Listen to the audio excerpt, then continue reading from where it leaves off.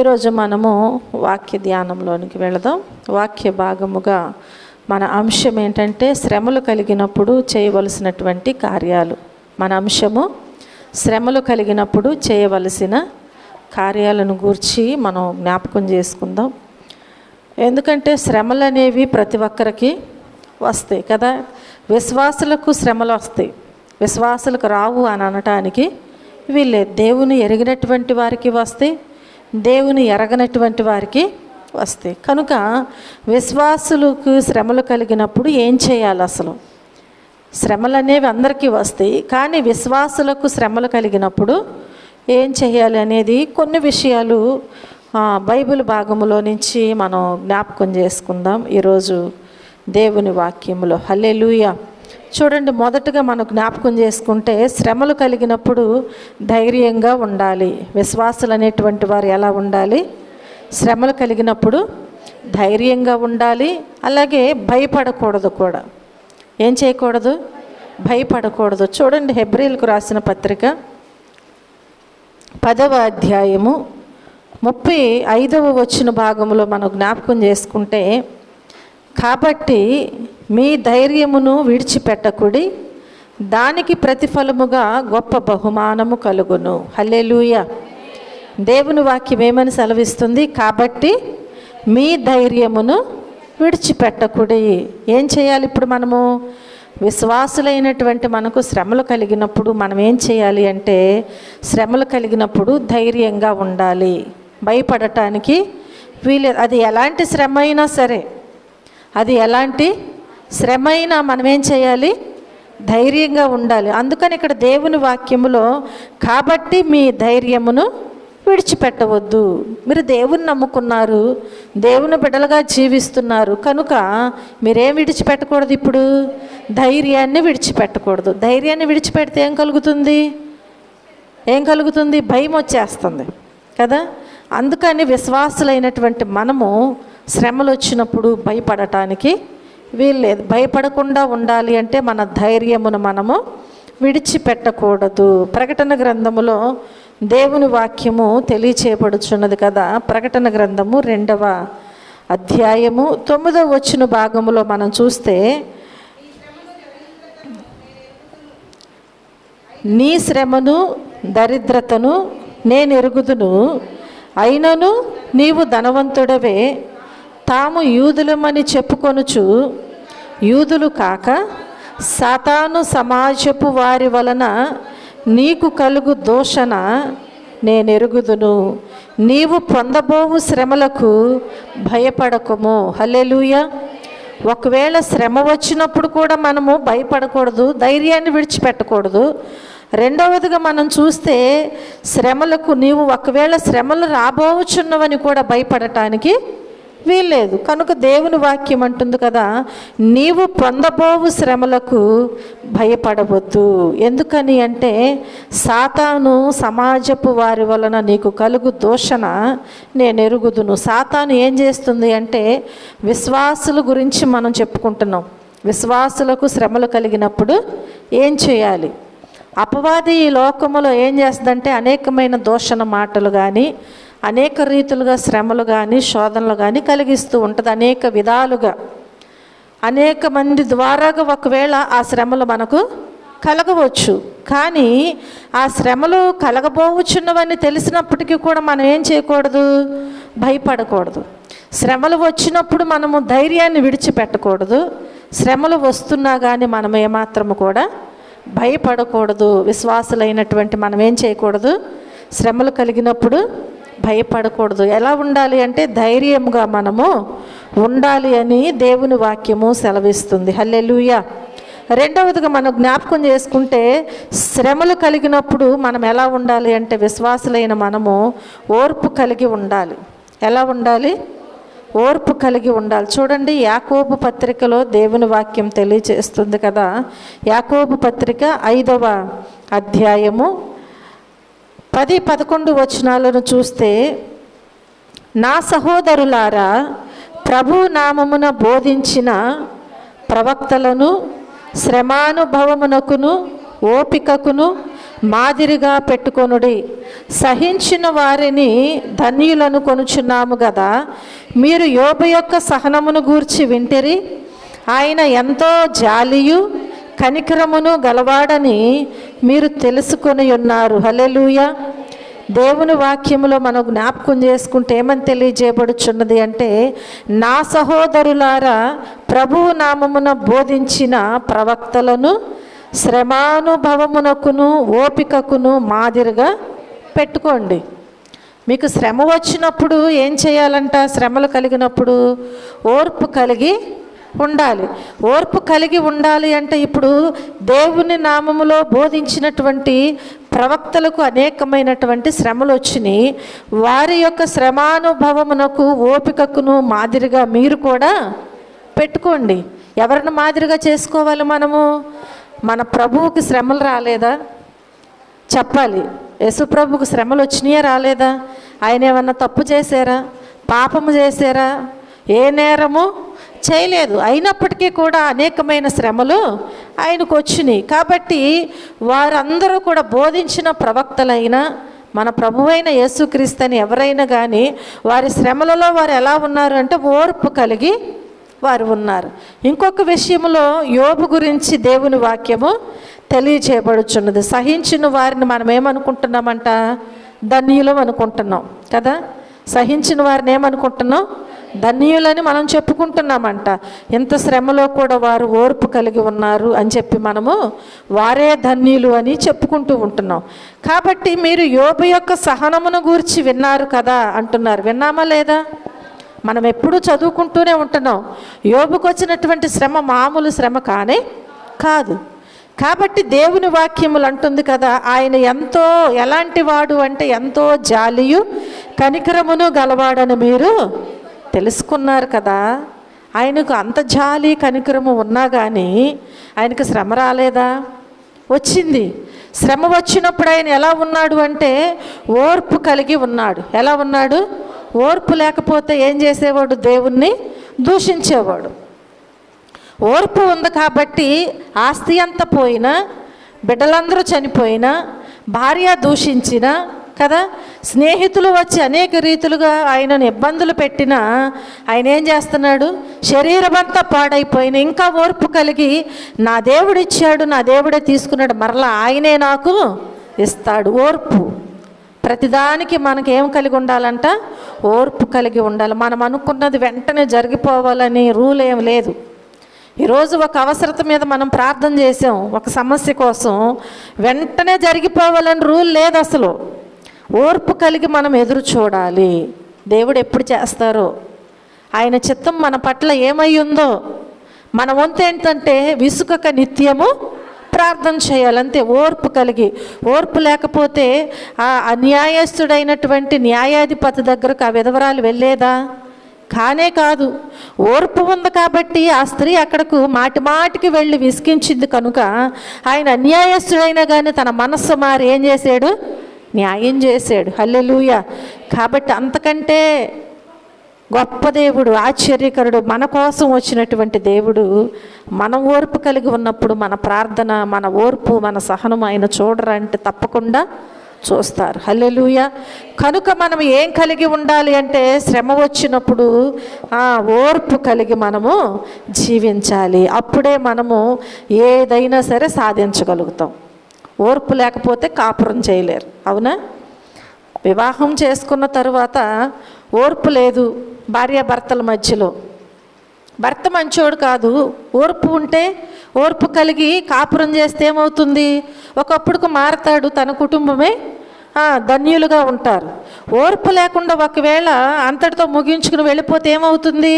ఎవరి దారి వాళ్ళదే అవుతుంది కదా. ఒక బలహీనత వచ్చింది, కోర్సు వాడాలని చెప్పారు, అది ఎన్ని రోజులు పడుతుంది? అన్ని రోజులు వాడాలి. ఓర్పు లేకుండా ఒక్కరోజు ఇంజెక్షన్ చేయించుకుని మందులు ట్యాబ్లెట్లు వేసుకొని అయ్యో ఇంకా తగ్గలేదు ఏంటి అంటే కుదరదు. ప్రతిదానికి ఓర్పు ఉండాలి కదా. ఓర్పు కలిగి ఉంటేనే ఏమవుతుందంట? కోడిగుడ్డు సట్టిడవుతుందంట. ఓర్పు లేకపోతే ఒక ఆమ్లెట్తో అయిపోతుంది. కాబట్టి ఈ లోకములోనైనా విశ్వాసులుగా దేవుని విషయంలోనైనా ప్రతి విషయంలో కూడా దేవుని పిల్లలైనటువంటి ప్రతి ఒక్కరికి కూడా ఏముండాలి అంటే శ్రమలు వచ్చినప్పుడు ఓర్పు కావాలి. ఓర్పు కలిగి దేవుని దగ్గర మనము ప్రార్థించే వారముగా ఉండాలి. హల్లెలూయా.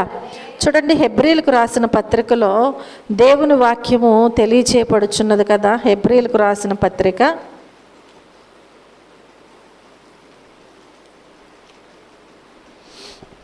10వ అధ్యాయము 11వ వచనములో 36వ వచనములో మనం చూస్తే, హెబ్రీలకు రాసిన పత్రిక 10వ అధ్యాయము 36వ వచనములో చూస్తే, మీరు దేవుని చిత్తమును నెరవేర్చిన వారై వాగ్దానము పొందు నిమిత్తము మీకు ఓరిమి అవసరమై ఉన్నది. హల్లెలూయా. దేవుని వాక్యం ఏమంటుంది? మీరు దేవుని చిత్తమును నెరవేర్చిన వారై వాగ్దానము పొందు నిమిత్తము. వాగ్దానం పొందటానికి దేవుని దగ్గర మనం ఏం కలిగి ఉండాలంట? ఓర్పు కావాలంట. ఓర్మి చాలా అవసరమై ఉన్నది అంటుంది. దేవుడు వాగ్దానం చేసాడు ఇస్తానని. ఎవరికి? అబ్రహాముకి, శారాకి. ఎన్ని సంవత్సరాలు ఓర్మి కలిగి ఉన్నాడు? 25 సంవత్సరాలు ఓర్మి. 1 సంవత్సరం కాదు. మనం వెంటనే ప్రార్థన చేసిన వెంటనే ప్రతిఫలం కావాలంటాం. మారు మనసు పొందిన వెంటనే కార్యాలు జరగాలంటాం. కానీ అబ్రహాము దేవుని నమ్ముకున్న తరువాత దేవునితో సహవాసం చేస్తూ, ఆయన ఎక్కడికి వెళ్ళమంటే అక్కడికి వెళుతూ దేవుని బిడ్డగా జీవిస్తూ కూడా దేవుడు చేసినటువంటి వాగ్దానము విషయంలో 25 సంవత్సరాలు ఓర్మి కలిగి ఉన్నాడు. కాబట్టి అసాధ్యములో ఒక కుమారుడిని సంపాదించుకున్నాడు. హల్లెలూయా, హల్లెలూయా. కనుక దేవుడు వాగ్దానము చేసాడు కాబట్టి ఆ వాగ్దాన ప్రతిఫలము మనం పొందుకోవాలి అంటే మనకు ఓర్మి చాలా అవసరమై ఉన్నది అని దేవుని వాక్యం ఈరోజు మనతో స్పష్టంగా మాట్లాడుచూ ఉంటుంది. హల్లెలూయా. రోమీలకు రాసిన పత్రికలో దేవుని వాక్యములో చూస్తే 5వ అధ్యాయము 4వ వచనములో మనం జ్ఞాపకం చేసుకుంటే, అంతేకాదు శ్రమ ఓర్పును, ఓర్పు పరీక్షను, పరీక్ష నిరీక్షణను కలుగుచేయునని ఎరిగి శ్రమల యందును అతిశయపడదుము. హల్లెలూయా, హల్లెలూయా.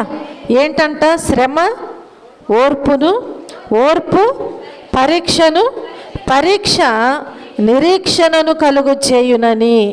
ఇన్ని కలిగి ఉంటేనంట ఆ పరీక్షల్లో మనకేమి ఇస్తుందంట? నిరీక్షణ ఇస్తుందంట. ఆ నిరీక్షణను కలుగుచేయనని మనం ఎరిగి శ్రమలు వచ్చినప్పటికీ కూడా శ్రమల యందు మనం ఎలా ఉండాలి అంటే అతిశయపడుతూ ఉండాలి. హల్లెలూయా. శ్రమ వచ్చినప్పుడు మనము ఓర్పు లేని వారుగా ఉండకూడదు. ఏ విధమైన శ్రమ అయినా కావచ్చు. ఆ శ్రమ వచ్చినప్పుడు మనం ఎలా ఉండాలి అంటే ఓర్పు కలిగి మన జీవితంలో ముందుకి కొనసాగినట్లయితే దేవుడు తప్పకుండా మనకు సహాయము దయచేస్తారు. హల్లెలూయా, హల్లెలూయా. అలాగే 3వదిగా మనం జ్ఞాపకం చేసుకున్నట్లయితే శ్రమలు కలిగినప్పుడు కృంగిపోకుండా దేవుని యందు నిరీక్షణ కలిగి ఉండాలి. శ్రమలు వచ్చినప్పుడు ఏం చేయకూడదు? కృంగిపోకుండా దేవుని యందు ఎలా ఉండాలి? నిరీక్షణ కలిగి మనం జీవించాలి. సామెతల గ్రంథము 24వ అధ్యాయము 10వ వచన భాగములో మనం చూసినట్లయితే, శ్రమ దినమున నీవు కృంగిన ఎడల నీవు చేతకాని వాడవగుదువు. శ్రమ వచ్చినప్పుడు విశ్వాసులుగా దేవుని పిల్లలుగా కొనసాగుచున్నటువంటి మనము కృంగిపోకూడదంట. ఎందుకని? మనం ఎవరి పిల్లలమి? ఎవరి పిల్లలమి? శ్రమలో నుంచి తప్పించే దేవుని పిల్లలము. ఆపదలన్నిటి నుంచి విడిపించే దేవుని పిల్లలము. శ్రమలో మనకు తోడుగా ఉండేటువంటి బలవంతుడైన దేవుని పిల్లలం కదా మనము. కాబట్టి మనం ఎలా ఉండకూడదంట? శ్రమ వచ్చినప్పుడు శ్రమను చూసి కృంగిపోకూడదంట. అమ్మో, నాకేంటి ఇంత శ్రమ వచ్చింది, ఈ శ్రమలో నుంచి నేను ఇంకా విడుదల పొందగలనా, ఇంకా నేను లేవగలనా శ్రమలో నుంచి, ఈ శ్రమ నుంచి నన్ను ఎవరు విడిపిస్తారు, నాకు ఎవరు సహాయం చేస్తారు అని చెప్పి మనం కృంగిపోకూడదు.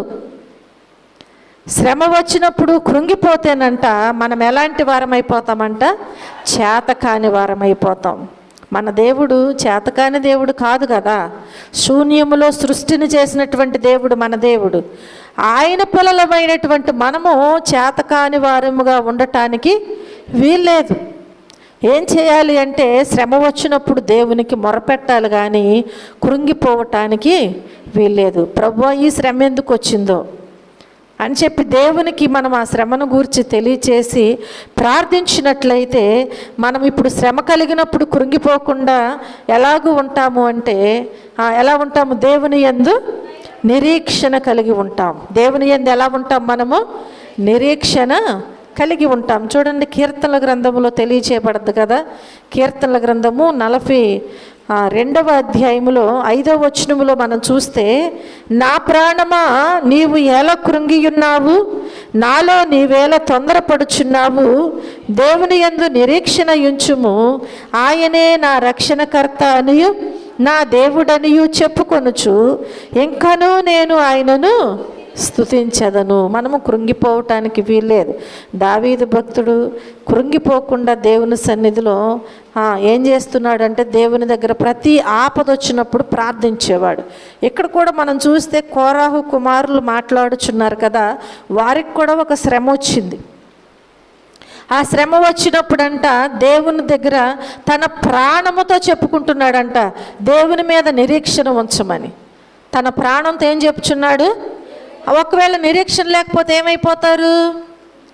కృంగిపోతారు.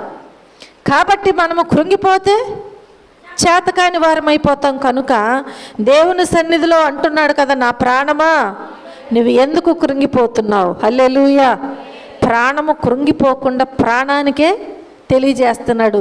నా ప్రాణాన్ని పోసినటువంటి నా దేవుడు నాకు ఉన్నాడు కదా, నువ్వు కృంగిపోవటానికి వీల్లేదు. కనుక నాలో నీవేళ తొందరపడుచున్నావు, దేవుని యందు నీవు. హల్లెలూయా.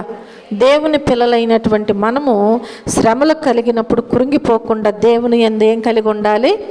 నిరీక్షణ కలిగి ఉండాలి. ఆయనే నా రక్షణకర్తనియు నా దేవుడనియు చెప్పుకొనుచు ఇంకనూ నేను ఆయనను. ఎందుకంటే మనల్ని రక్షించిన దేవుడు మనకు తోడుగా ఉన్నాడు కాబట్టి, ఆయన మనకు దేవుడుగా ఉన్నారు కనుక మనము కృంగిపోవటానికి వీల్లేదు. దేవుని యందే మనము నిరీక్షణ కలిగి జీవించాలి అని ప్రభు పేట నేను మీ అందరికీ మనవి చేస్తున్నాను. చూడండి, విలాప వాక్యాల్లో మనం చూసినట్లయితే విలాప వాక్యములు 3వ అధ్యాయము 29వ వచనములో మనం జ్ఞాపకం చేసుకుంటే, నిరీక్షణాధారము కలుగునేమో అని అతడు బూడిదలో మూతి పెట్టుకొనవలెను. హల్లెలూయా. ఏ ఆధారము కలుగుతుందనంట? నిరీక్షణ ఆధారము కలుగునేమో అని అతడు బూడిదలో మూతి పెట్టుకొనవలెను. అంటే ఇప్పుడు ఎక్కడ కూర్చోవాలి? దేవుని దగ్గర కూర్చోవాలి. దేవుని దగ్గర మనం ఏం చేయాలంట? ప్రార్థనలో మనం మూతి పెట్టాలంట. హల్లెలూయా. అలా కాకుండా ఊరికే మనము కూర్చుని కృంగిపోకు అనేక మందికి చెప్పుకుంటూ కదా మనం సమయమంతా వ్యర్థం చేసుకున్నాం అనుకో, మన బాధ రెట్టింపు అవుతుంది కానీ ఏమాత్రము తగ్గదు. ఎందుకని? ఏదో వచ్చి ఓదార్చటమే కానీ బాధ నుంచి విడిపించేవారు ఎవరు ఈ లోకంలో ఉండరు. ఓదార్పు మాటల ద్వారాగా మనకు ఆ బాధ ఎన్నటికీ పోదు. కనుక అసలు కారణమైనటువంటి దేవుడు ఉన్నాడు కదా, కృంగిపోకుండా ఆదరించే దేవుడు. కనుక ఆ దేవుని దగ్గర మనం కృంగిపోకుండా మన నిరీక్షణ ఎవరు అంటే మన ప్రభువైన యేసుక్రీస్తే. కాబట్టి ఆ నిరీక్షణకు ఆధారమైనటువంటి దేవునికంట మనం మోకరించి ఆయన సన్నిధిలో ప్రార్థించినట్లయితే, అవసరమైతే ఉపవాసం ఉండి. బూడిదలో ఎవరు కూర్చున్నారు చెప్పాలి? ఉపవాసం ఉన్నవారు బూడిదలో కూర్చున్నారు, గోనె పట్ట ధరించుకున్నారు. వారు ప్రార్థనలు చేసినప్పుడు విశ్వాసముతో నిరీక్షణతో దేవుడు కలుగు చేస్తానన్న కీడును కూడా తప్పించారు. హల్లెలూయా. కాబట్టి ఇప్పుడు మనం ఏం చేయాలి? మన నిరీక్షణ ఆధారము దేవుడే కనుక నిరీక్షణ ఆధారము కలుగునేమో శ్రమలు వచ్చినప్పుడు అని చెప్పి మనం ఏం చేయాలి? ఉపవాసముతో దేవుని దగ్గర మనం ప్రార్థన చేయాలి. తప్పకుండా దేవుడు మనకేం చేస్తాడు? ఇప్పుడు కృంగిపోకుండా శ్రమల నుంచి మనలను విడిపిస్తారు. హల్లెలూయా. హల్లెలూయా. 4వదిగా మనం జ్ఞాపకం చేసుకుంటే, శ్రమను కలిగినప్పుడు విశ్వాసమందు స్థిరముగా ఉండాలి.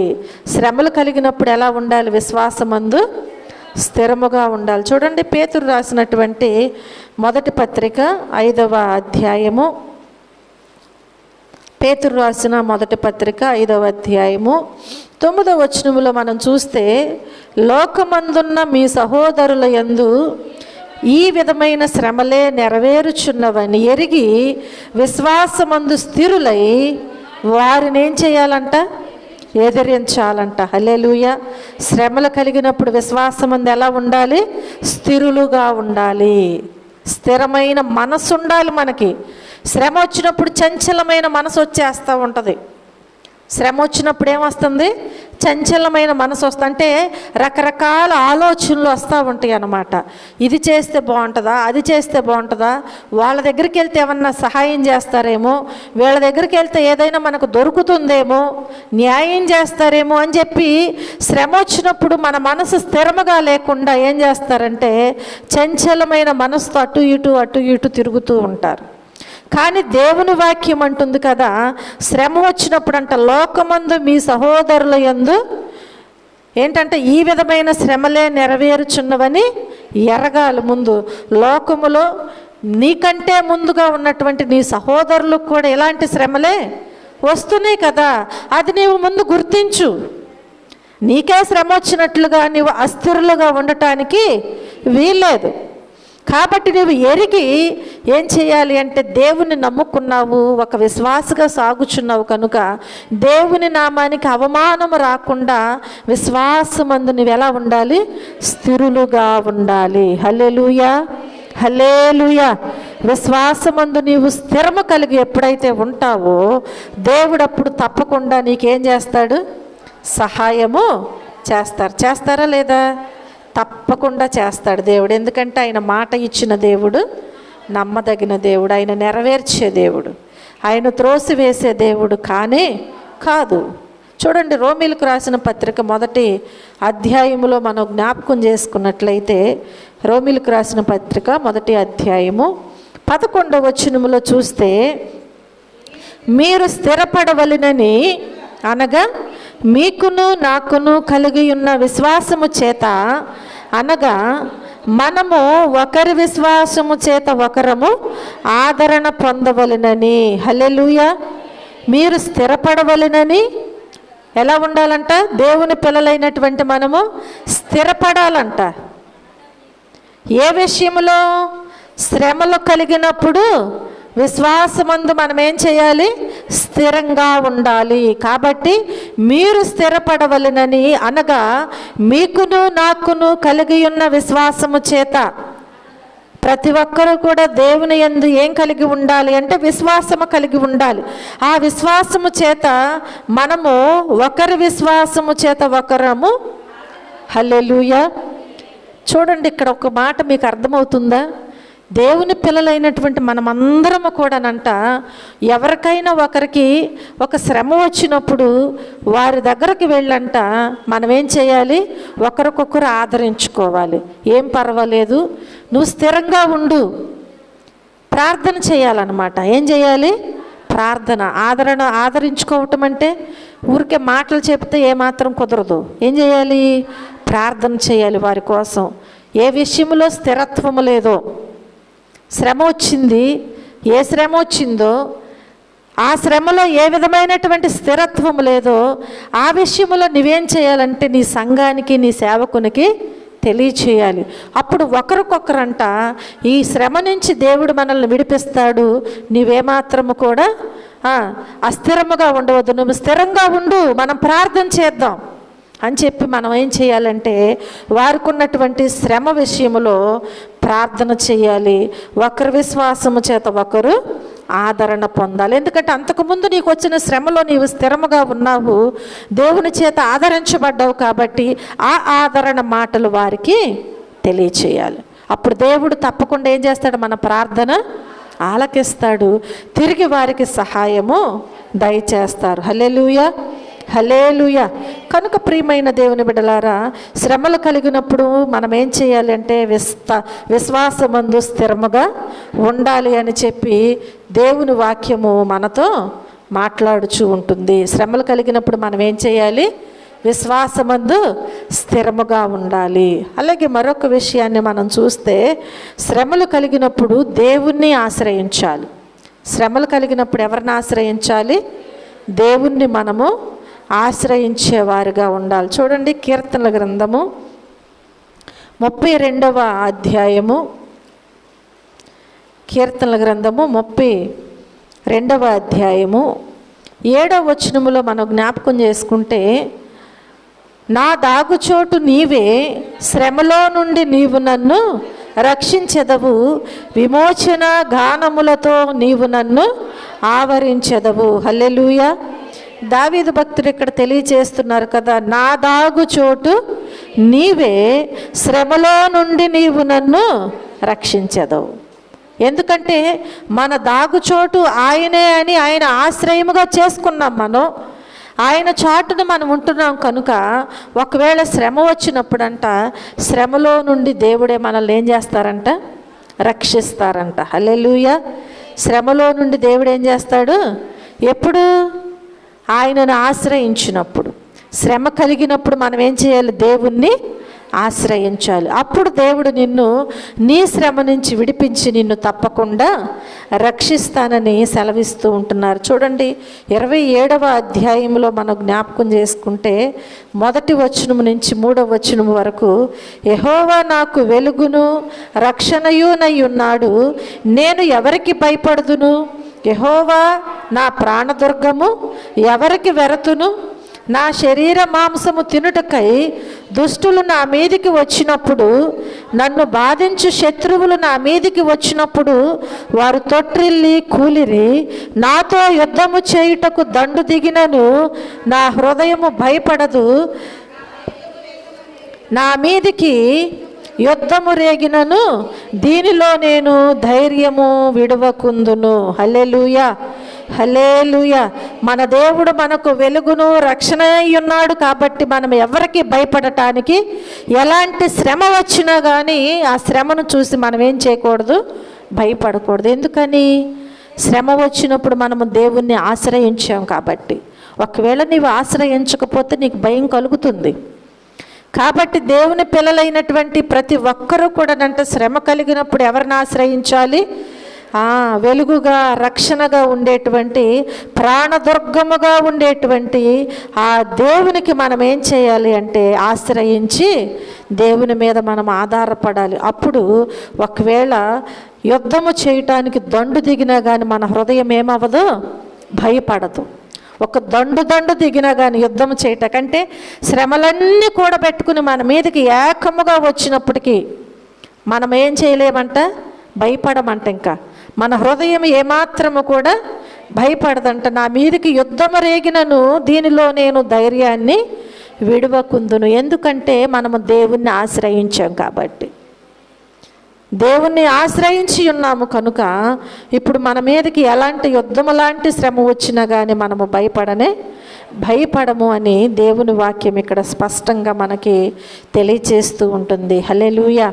37వ అధ్యాయములో మనం చూస్తే 19వ వచనములో, ఆపత్కాలమందు వారు సిగ్గునొందరు, కరువు దినములలో వారు తృప్తి పొందుదురు. ఒకవేళ ఆపత్త దినము మనకు వచ్చిన ఆపత్కాలమందంట వారు ఏం పొందరంట? సిగ్గునొందరంట. ఎందుకు సిగ్గుపడాలి? మనం దేవుణ్ణి ఆశ్రయించాం కదా. మనకి ఒకవేళ కరువు వచ్చినా, ఆపద వచ్చినా, శ్రమలు వచ్చినా, అవన్నీ కూడి ఒక దండులాగా యుద్ధము వలె మన మీదకి వచ్చినా మనము సిగ్గుపడవలసిన అవసరము లేదు. మనకు ముందుగా ఉండి యుద్ధము చేస్తున్నటువంటి దేవుడు మనకు తోడుగా ఉన్నాడు కదా. ఆ దేవుని కదా మనం ఆశ్రయించింది. ఏదైనా ఒక ఆపద రావాలి అంటే నువ్వు నిజంగా దేవుని మీద ఆధారపడి దేవుణ్ణి ఆశ్రయించినట్లయితే ఆయన దాటి మన మీదకి ఏది రాదు. హల్లెలూయా. హల్లెలూయా. వచ్చినా కానీ ఆయన ముందు ఏది నిలువనేరదు. కనుక ప్రియమైన దేవుని బిడ్డలారా, ఏ విషయంలో కూడా మనము సిగ్గుపడని అవసరము లేదంట. ఆపత్కాలమందు వారు దేవుణ్ణి ఆశ్రయించిన వారు ఎన్నడూ కూడా సిగ్గు అనేది నొందరు. అలాంటి విశ్వాసముతో మనం ఏం చేయాలి? ముందుకి సాగిపోవాలి అని ప్రభు పేట నేను మీ అందరికీ మనవి చేస్తున్నాను. హల్లెలూయా. ఆరవదిగా మనం జ్ఞాపకం చేసుకుంటే, శ్రమలు కలిగినప్పుడు మనం ఏం చేయాలి అంటే ప్రార్థన చేయాలి. శ్రమలు అందరికీ వస్తాయి, కానీ శ్రమ కలిగినప్పుడు మనం ఏం చేయాలి? ప్రార్థన చేయాలి. ఎందుకని? దేవుని పిల్లలం కదా, విశ్వాసులం కదా మనము. శ్రమ కలగంగానే శ్రమ విషయంలో ప్రార్థన చేయాలి. చూడండి, యాకోబు పత్రికలో దేవుని వాక్యం సెలవిస్తుంది కదా. యాకోబు పత్రిక 5వ అధ్యాయము 13వ వచనములో చూస్తే, మీలో ఎవరికైనాను శ్రమ సంభవించినా అతడు ప్రార్థన చేయవలెను. ఏం చేయాలంట? ఎవరికైనా ఒకవేళ శ్రమ కలిగితేనంట, ఆ శ్రమ విషయంలో మనం ఏం చేయాలి? ప్రార్థన చేయాలి. ప్రార్థనే మన ఆయుధము, ప్రార్థనే మనకు ప్రాకారము, ప్రార్థనే మనకు బలము కదా. కాబట్టి ఒక శ్రమ వచ్చినప్పుడు మనం ఏం చేయాలి అంటే, ఆ శ్రమ విషయంలో వెంటనే దేవుని దగ్గర మోకరించి ప్రార్థన చేయాలి. దేవుడు మనకిచ్చినటువంటి ఆయుధం ఏంటంటే, యుద్ధానికి వెళ్ళే వారికి కొన్ని ఆయుధాలు, కవచాలు ఉంటాయి వారికి కదా. అవి ధరించి వారు యుద్ధానికి వెళ్ళాలి. ధరించకుండా వెళితే యుద్ధమందు ఏమవుతారు? హతులైపోతారు. కాబట్టి ప్రియమైన దేవుని బిడ్డలారా, దేవుని పిల్లలైనటువంటి మనం కూడా శ్రమ వచ్చినప్పుడు చేయటానికి ఒక ఆయుధం ఇచ్చాడు దేవుడు మనకు. సంతోషం వచ్చినా, దేవుడు మేలు చేసినా, అంటే దేవుని ఆశీర్వాదం పొందుకున్నా, ఏది కలిగినా కానీ ఒక ఆయుధం ఇచ్చాడు. ఏంటి అంటే ప్రార్థన. కృతజ్ఞతలు చెల్లించాలి అన్న ఏం చేయాలి? ప్రార్థన చేయాలి. కాబట్టి ఇక్కడ దేవుని వాక్యం అంటుంది కదా, మీలో ఎవరికైనా శ్రమ సంభవించినా అతడు వెంటనే ఏం చేయాలంట? ప్రార్థన చేయాలి. అంతేకాని ప్రార్థన చేయకుండా శ్రమ వచ్చిందని శ్రమ వైపు చూసేవారుగా మనం ఎన్నడూ కూడా ఉండటానికి వీల్లేదు. మనం ఎప్పుడైతే ప్రార్థన చేస్తామో దేవుడు మన ప్రార్థన ఆలకించి ఆ శ్రమ నుంచి మనలను విడిపిస్తాడు. యోబు చేసింది కూడా అదే. యోబు భక్తుడికి శ్రమలు వచ్చినప్పుడు చేసిన పని కూడా అదే. స్నేహితులు వచ్చి శత్రువుల కంటే ఎక్కువగా విమర్శిస్తూ మాట్లాడుచుంటే స్నేహితుల నిమిత్తము కూడా ఏం చేశాడు? ప్రార్థన చేశాడు. కాబట్టి ఆ ప్రార్థన ఆలకించిన దేవుడు రెండంతల ఆశీర్వాదాలు యోబుకు దయచేశాడు. హల్లెలూయా. కనుక ప్రియమైన దేవుని బిడ్డలారా, మన జీవితంలో శ్రమ వచ్చినప్పుడు మనం ఏం చేయాలంటే దేవుని దగ్గర వెంటనే మనము ప్రార్థన చేయాలి. తప్పకుండా మన దేవుడు మన ప్రార్థన ఆలకించి మనకు సహాయము చేస్తారు. 7వదిగా చూస్తే, శ్రమలు కలిగినప్పుడు మనం సంతోషించాలి. శ్రమలు కలిగినప్పుడు ఏం చేయాలి? అమ్మో ఇదేంటి శ్రమ వస్తే సంతోషం ఎలా ఉంటుంది అని అనుకోవచ్చు కదా. శ్రమ వచ్చినప్పుడు సంతోషం వస్తుంది? ఎవరికన్నా రాదు కదా, ఎవరికి రాదు. కానీ దేవుని వాక్యములో మనం చూస్తే మత్తయి సువార్త 5వ అధ్యాయములో, మత్తయి సువార్త 5వ అధ్యాయము 12వ వచనములో ఏమంటున్నారు అంటే, సంతోషించి ఆనందించుడి, పరలోకమందు మీ ఫలము అధికమగును, ఇలాగున వారు మీకు పూర్వమందుండిన ప్రవక్తలను, హల్లెలూయా, పూర్వమందుండిన ప్రవక్తలను కూడా హింసించారు కదా. స్టెఫెను రాళ్లతో కొట్టి చంపుచున్నప్పుడు ఆయన ముఖములో ఏం కనిపించలేదు? బాధ కనిపించలేదు. ఆయన ముఖం అంట ఒక వెలుగుగా వెలిగిపోతుందంట. దేవుని దగ్గర వారి కోసం ప్రార్థన చేస్తున్నాడంట. చూడండి ప్రియమైన దేవుని బిడ్డలారా, ఆయన ఏమాత్రము కూడా కన్నీరు కార్చలేదు, బాధపడలేదు రాళ్లతో కొడుతుంటే కూడా. అంటే ఇప్పుడు ఆయన ఎలా చనిపోతున్నాడు? సంతోషముతో, ఆనందముతోనే. హల్లెలూయా. చూడండి ప్రియమైన దేవుని బిడ్డలారా, అలాగూ మనం జ్ఞాపకం చేసుకుంటే మనకు ముందుండినటువంటి ప్రవక్తలందరినీ కూడా చాలామందిని ఏం చేశారు? హింసించారు, దూషించారు, చంపివేసి ఉన్నారు. అయినప్పటికీ కూడా వారు ఎన్నడూ కూడా కృంగిపోలేదు. బాప్తిస్మం ఇచ్చి యోహానుని ఆయన ఏం తప్పు చేశాడని పట్టుకుని చెరసాలలో వేసి తల తీయించారు. ఆయన ఏమైనా కృంగిపోతున్నాడా? తల తీయించేటప్పుడు కూడా ఆయన ఏడ్చినట్టుగా, కృంగిపోయినట్లుగా ఉందంటే లేదు. బ్రతికితే క్రీస్తు కొరకే, చనిపోతే లాభమే. హల్లెలూయా కదా. పౌలు భక్తుడు అదే చెప్పుచున్నాడు. కాబట్టి ప్రియమైన దేవుని బిడ్డలారా, మనకు శ్రమలు కలిగినప్పుడంట దేవుణ్ణి ఆశ్రయించాలి. శ్రమలు కలిగినప్పుడు కూడా మనం ఏం చేయాలంటే సంతోషించాలి. హల్లెలూయా. అందుకని ఒకవేళ దేవుని నిమిత్తము మనలను జనులు నిందించిన, హింసించిన, అబద్ధముగా చెడ్డ మాటలల్లో పలికినా కానీ, అయ్యో నన్ను ఎందుకు ఇలా నిందిస్తున్నారు, హింసిస్తున్నారు, బాధలు పెట్టుచున్నారు, దూషణ మాటలు మాట్లాడుచున్నారు, లేదంటే నన్ను ఇలాగ చేస్తున్నారని మనం ఏమాత్రం కృంగిపోకుండానంట దేవుని దగ్గర సంతోషంతో, ఎందుకంటే దేవుని నిమిత్తం వస్తున్నాయి కదా అవి. ఎవరి నిమిత్తము? దేవుని నామము నిమిత్తము మనం దూషించబడుచున్నప్పుడు మనం కృంగిపోవటానికి వీల్లేదు. ఏదైనా ఒక తప్పు చేసామనుకోండి, 10 మంది వచ్చి మనల్ని నిలదీసి మాట్లాడేటప్పుడు మనకు సిగ్గుపడాలి. అవునా? ఒక దొంగతనం చేస్తూ పట్టబడినప్పుడు తలదించుకుంటాడు. దేవుని విషయంలో మనము నిందించబడినప్పుడు, దూషించబడినప్పుడు ఎందుకు మనము వికారముగా ఉండాలి? ఎందుకు ఏడవాలి? ఎందుకు బాధపడాలి? అందుకని దేవుని వాక్యం అంటుంది కదా, దేవుని పిల్లలైనటువంటి మీకు శ్రమలు వచ్చినప్పుడు సంతోషించాలి, సంతోషించి ఆనందించండి. ఎందుకని అంటే ఈ శ్రమలు ఎన్నతగినవి కావు కాబట్టి మీకు ఫలం ఎక్కడుంటుందంట? పరలోకములో. అలా కాకుండా మాటకి 4 మాటలంటే ఆ ఫలాన్ని పోగొట్టుకుంటాం. అవునా? ఏ ఫలం అది? మన చెట్లు కాసే ఫలాలు కాదు. ఈ కాపు తినలేకపోతేనే ఈసారి వచ్చిన కాపు అయినా తినగలుగుతాము అనుకోవటానికి. అర్థమవుతుందా? ఏ ఫలము అంటే పరలోకమందు మీ ఫలము అధికమవుతుందంట. హల్లెలూయా. అంటే రెట్టింపు ఆశీర్వాదాలు పొందుకుంటాం మనం. ఇక్కడ మనము ఎన్ని బాధలు వచ్చినా, ఎన్ని కష్టాలు వచ్చినా, ఎన్ని అవమానాలు వచ్చినా సంతోషముతో, ఆనందముతో వాటిని అనుభవిస్తూ మన పనిలో ముందుకు సాగిపోతే మన దేవుడు మనకేం చేస్తాడంట? అధికమైనటువంటి ఫలాన్ని అక్కడిస్తారంట. దానికోసం మనం ఏం చేయాలంటే శ్రమ వైపు చూడకూడదు. అలాగూ మనము దేవునిలో ముందుకు సాగిపోవాలని ప్రభు పేట నేను మీ అందరికీ మనవి చేస్తున్నాను. చూడండి, పేతురు రాసినటువంటి మొదటి పత్రిక 4వ అధ్యాయంలో మనం జ్ఞాపకం చేసుకుంటే 13వ వచనంలో చూస్తే, క్రీస్తు మహిమ బయలుపరచబడినప్పుడు మీరు మహానందముతో సంతోషించు నిమిత్తము క్రీస్తు శ్రమలలో మీరు పాలువారై ఉన్నంతగా సంతోషించుడి. హల్లెలూయా. ఎంత గొప్ప శ్రేష్టమైన మాటో కదా.